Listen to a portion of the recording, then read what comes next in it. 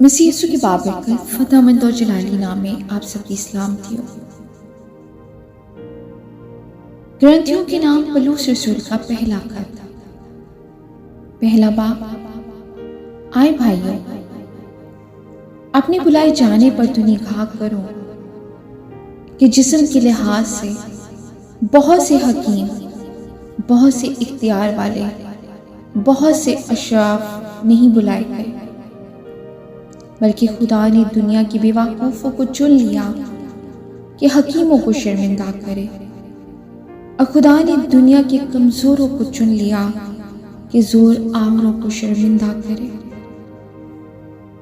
और खुदा ने दुनिया के कमीनों और हकीरों को बल्कि बेवजूदों को चुन लिया कि मौजूदों को निस्त करे, ताकि कोई बशर खुदा के सामने फ़ख्र ना करे।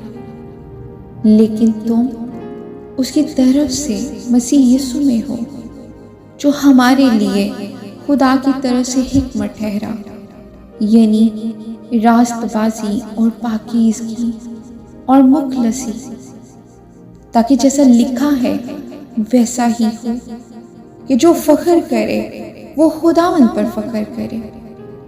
आमीन।